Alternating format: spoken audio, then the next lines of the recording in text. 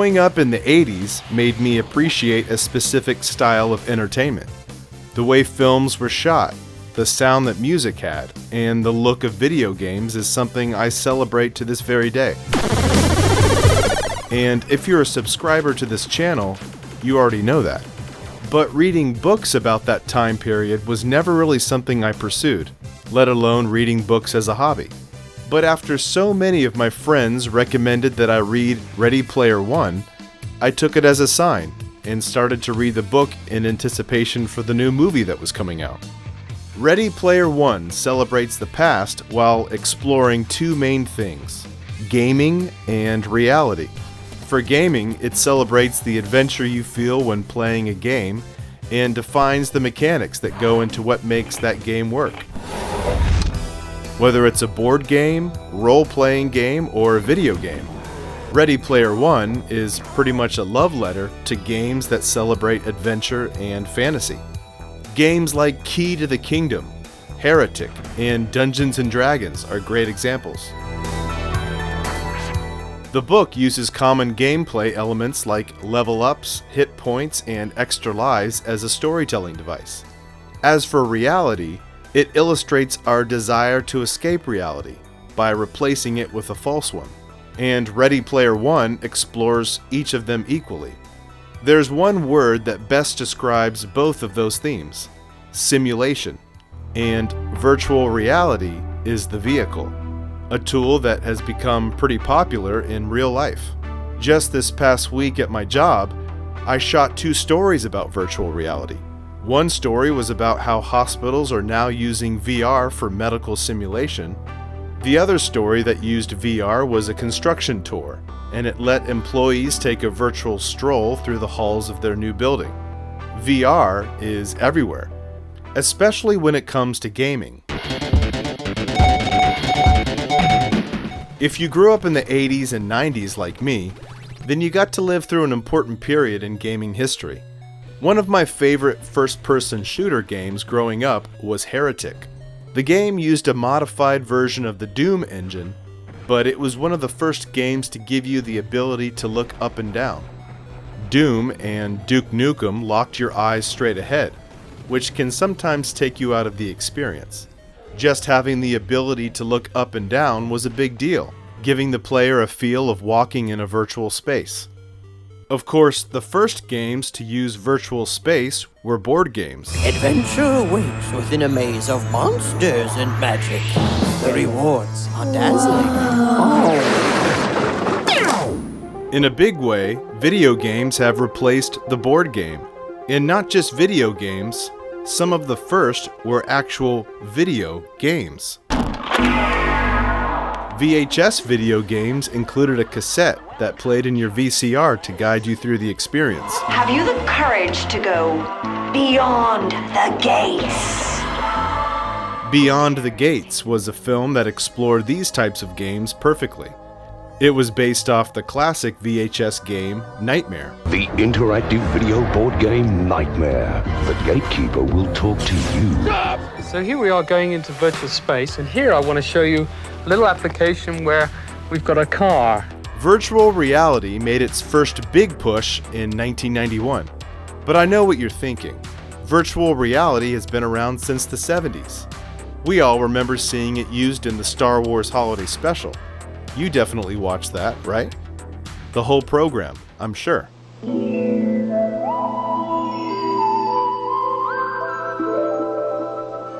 This is also one of the first times we saw augmented reality too. 1983 was really the first big year for virtual reality, with titles like Videodrome, which was a reality experiment gone wrong, and Brainstorm, which the film itself was an experiment by the filmmakers. It started off in a 4x3 presentation, and when the characters put on the headset, the movie then expanded into widescreen to simulate an immersive experience.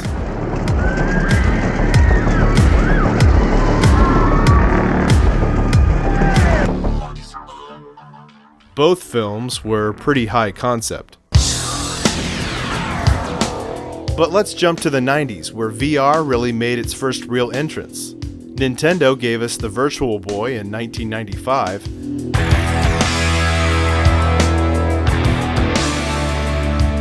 There were also TV shows like VR Troopers. 4, 3, 2, 1. We are VR. And who could forget Lawnmower Man? I'm gonna get you, Peter! Look at that! It was the first film about virtual reality. It showed us the beginnings of the dark side of technology. Is that my hand?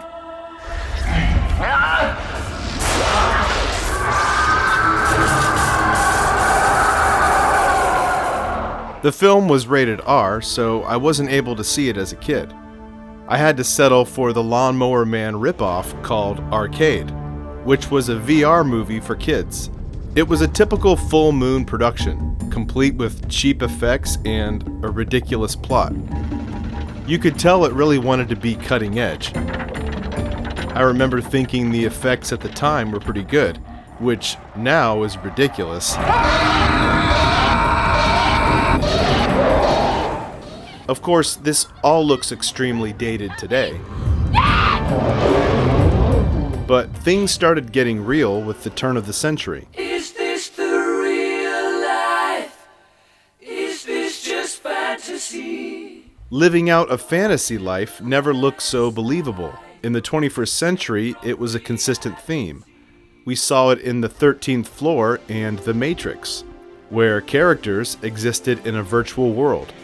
But in 2009, two films took it even further. Surrogates had characters that could live out their lives in the real world through robots. And later that year with Avatar, Sully could link his mind with a Na'vi, seeing and feeling everything that his avatar experienced. And during all of this time, audiences were doing the same thing at home with a game called The Sims. If we want a VR experience today, we can get that pretty cheap and easy. All we need is our cell phone and Google Cardboard. And for a few extra bucks, we can get a pair of plastic goggles with a head strap so we can experience it hands-free. Now, in 2018, Ready Player One as a film gives us the latest look at VR and combines it with something that's pretty popular today, nostalgia. This review will cover both the book as well as the new film. I'll showcase the things that make each great, as well as compare the two and give a rating for both. But before we dive into Ready Player One, let's look at some of the history first. Historically, when a book or film is made, it has only one or two forms of intellectual property, or IP. Every franchise is defined by the design of its characters and the props that give it a specific look. All that property is available only to the artist that holds the rights. On rare occasions, companies will make a deal to share properties like characters and props with competing companies for mutual advantage. Hey everyone. We've seen it before with films like Who Framed Roger Rabbit, bringing cartoon characters together from all kinds of franchises. The most surprising being the scenes where Bugs Bunny shares the screen with Mickey Mouse. Hey, what's up, Doc? Jumping without a parachute? Kinda dangerous, ain't it? You could get killed, huh? Something that was only possible because of Steven Spielberg, who produced the film. Spielberg was a huge animation fan and convinced the other studios to play ball by licensing out their characters for a ridiculously cheap price of $5,000 per character, which is pretty insane when you think of how difficult that would be today. The Page Master did something similar, but instead plucked characters that had fallen into public domain. No character purchases required. The film selected from three main genres: adventure, fantasy, and horror. Jeez. And when the government gets involved, we get programs like Cartoon All-Stars to the Rescue. which was an anti-drug cartoon from the 90s that pulls popular characters like Michelangelo and Slimer and puts them on the same screen. We saw video games do it too, with Marvel vs. Capcom, a crossover of fighting games and Marvel Comics. Stage start. And later with Soul Calibur 4, where Yoda and Darth Vader showed up as playable characters, which is something I still don't understand. We've even seen mashups when films and video games become one, with films like Wreck-It Ralph. I'm gonna wreck it! It gave us a look inside the arcade and joined together some of the classics. I'm Zangief, I'm bad guy. Hi, Zangief. Then, in 2015, Pixels did just the opposite when it brought the arcade into the real world.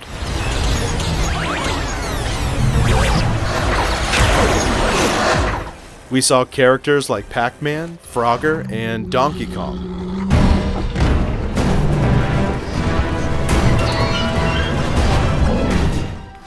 In 2017, we saw Jumanji take some of the best things about playing a video game to tell a good story.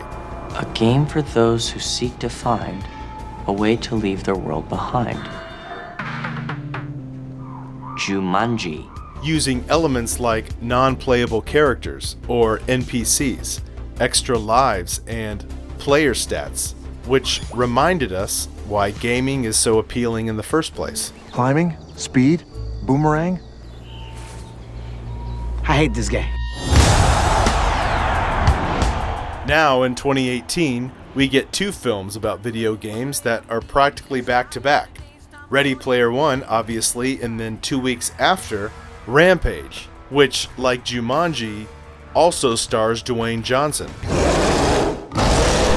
making it his third film based on a video game. But I'm pretty sure he's hoping we all forgot about Doom. Except that scene where the film becomes a first-person shooter. That almost makes it worth it. Almost. But what sets Ready Player One apart from the rest is its scope.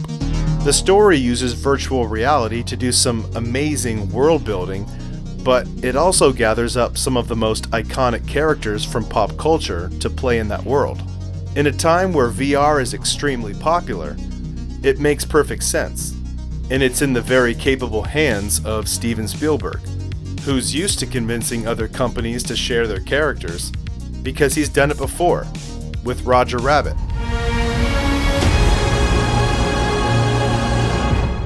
But before we talk about the new film, let's dive into the book. Shall we play a game? We're in. At the surface, the book is about a worldwide treasure hunt, the search for gold, like in The Goonies, or finding the golden ticket, like in Willy Wonka and the Chocolate Factory. Hey, you've got it! You've got the last golden ticket! The kids found the last golden ticket! But after reading Ready Player One, you discover that it's really about the quest to unlock something. The book uses classic storytelling that defines just about every treasure hunt and uses them in a very effective way. Everything from maps, hidden doors, secret passageways, and weapons to protect against danger. But that's only half of it. And no labyrinth would be complete without a red herring to lead you down the wrong path. Well, the only way out of here is to try one of these doors.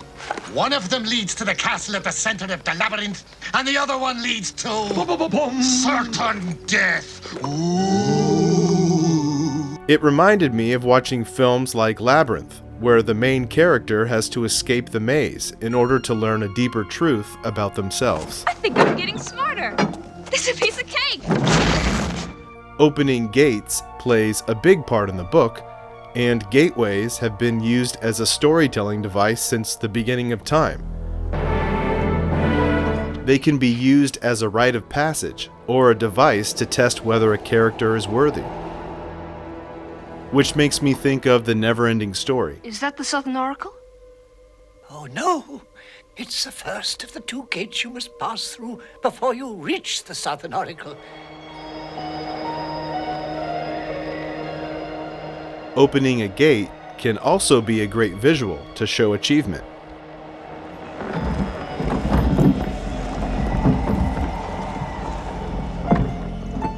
We've all read stories about the search to find the correct key to open a door. The key! The key!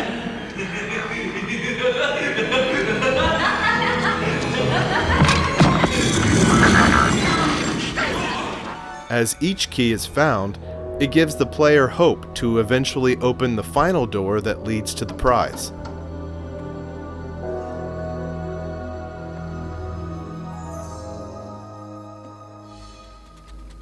What was that? Go back one. All right. Holy cow. Solving riddles is also a big plot device in the book.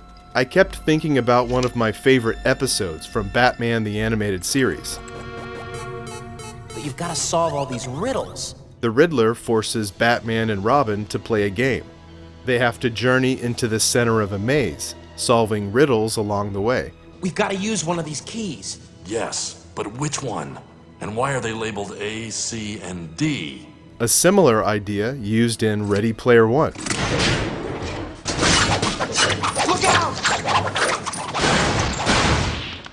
It's the C key. Trust me. It's a musical puzzle. The key of D has 2 sharps. The key of A has 3. But the key of C has no sharps.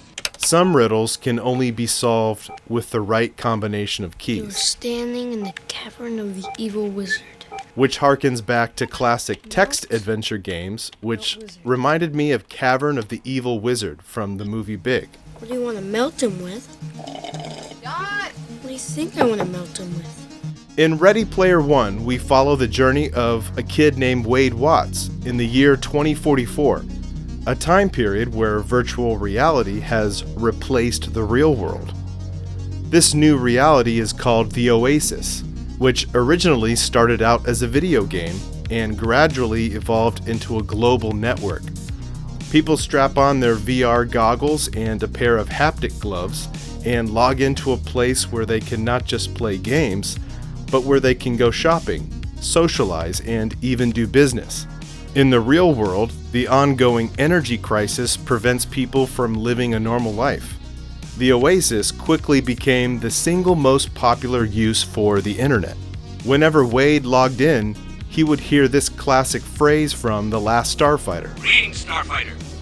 You have been recruited by the Star League to defend the frontier against Sur and the Kodan Armada.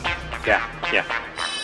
A user can determine exactly how they want to look inside the Oasis. Everything from gender, body type, eye color, you name it. A user can choose to be a non-human player like an orc or an elf. Once you create an avatar, you can then start completing quests in order to earn credits. With credits, you can build castles, buy armor, collect weapons, and even purchase vehicles like cool cars, and even spaceships. With those vehicles, you can travel to different planets, which most of the time require you to teleport. Each time you make a jump, you pay a teleportation fare. The fastest way to earn your credits back is to rack up experience points, or XPs. Virtual worlds are everywhere, which divided the Oasis into 27 sectors. Zones and sectors had different rules. If you crossed the border using magic into a tech zone, your spaceship would stop working. But some areas were dual zones, permitting the use of both magic and technology. In Ready Player One, the Oasis is free. Practically. It only takes 25 cents, which then gives you a lifetime account. But what isn't free is upgrading your character. To get money, you have to collect credits, and that's where the gaming feature comes in. Enter the story's plot. The Oasis contains a hidden treasure.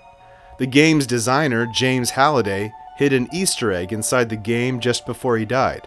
The player that finds the egg wins a prize: Halliday's fortune and complete control of the Oasis. In order to find the egg, the player must locate 3 hidden keys that open 3 secret gates. We began with 5 golden tickets, like 5 lucky bolts of lightning ready to strike without notice at any point on the map. There's a copper key, jade, and Crystal Key. Players on the hunt were known as Gunters and could either go solo or join a clan. There were also different leagues, sometimes going on quests together, like Deathmatch or Capture the Flag. There are 5 main players we follow in the story.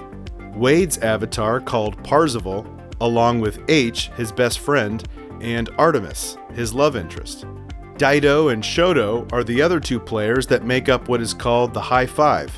These 5 are the only ones that have had success finding the keys. In the real world, kids could use the Oasis to log into a virtual classroom and attend a school. There were chat rooms and libraries filled with clues to find Halliday's egg.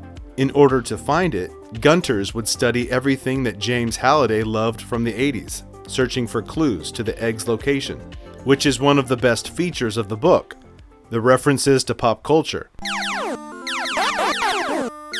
Classic arcade games like Galaga, Defender, and Asteroids were some of Halliday's favorites.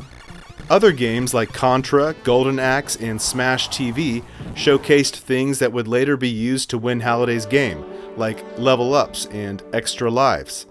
But it was an Atari game called Adventure that gave Halliday the idea to hide an Easter egg inside the Oasis. The designer of Adventure hid his name deep within the game, making it the first Easter egg ever.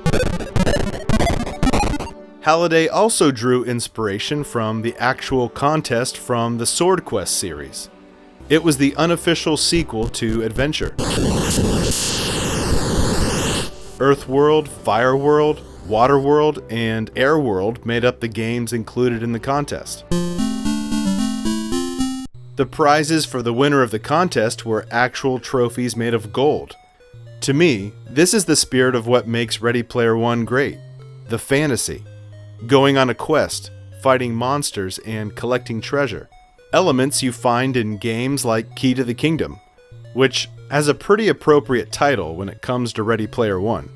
In this game, you have to collect weapons and supplies, even opening portals, which expands the game board, revealing even more maps.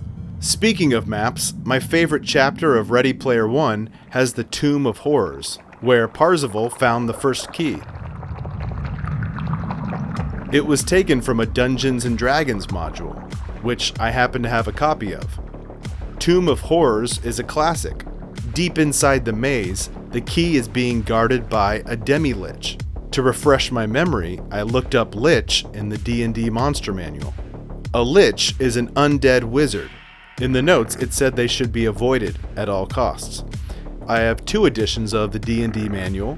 You might remember seeing the original from 1979 when it appeared in Stranger Things. This is the thing that controls everything.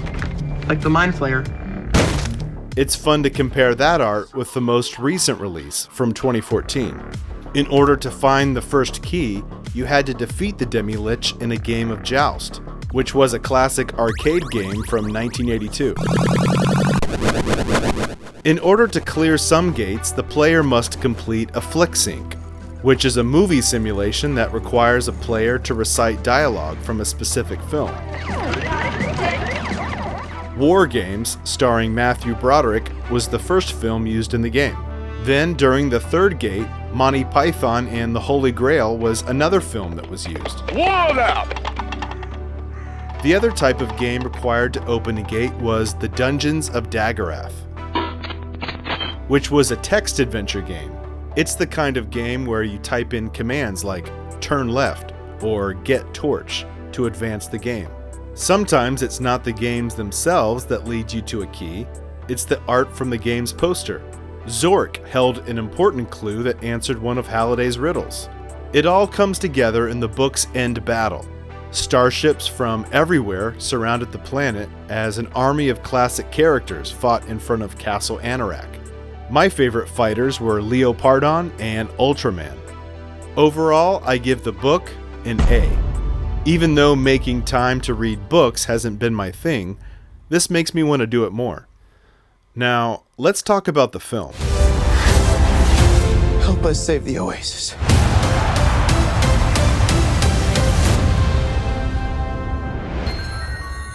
The most important thing to know about the film is that it's very different from the book. They didn't just change a few things, they changed a lot. I would say only 10% of the book made the cut. And I knew this going in to see the film, which really made the difference. Now, with that said, I still had a blast watching the film.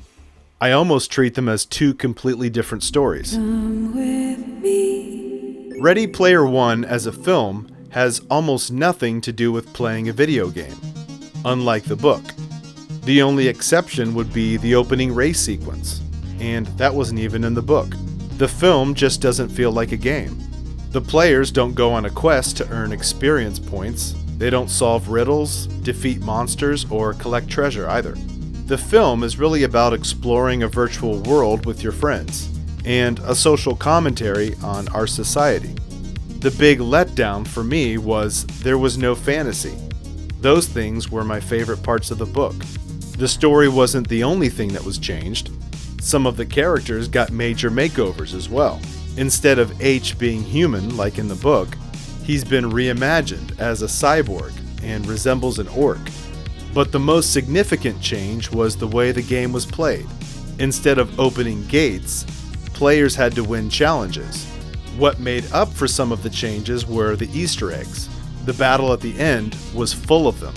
The largest players were some of the best characters from the book. But hands down, the most surprising and satisfying sequence in the entire film was when the group entered into a Stephen King simulation. The group went into a recreation of The Shining. It was meant to play out like a film sync from the book. The Outlook Hotel was recreated perfectly from how it appeared in the original film. How do you like it? Right down to the way the blood looked as it splashed out of the elevator. Overall, I give the film a B+. If I was scoring this as an adaptation, it would get a D. But as a standalone film, I had a great time, and it marks a return to form for Steven Spielberg. I hope you enjoyed the review. Leave your comments down below. Please like and subscribe, and we'll see you next time.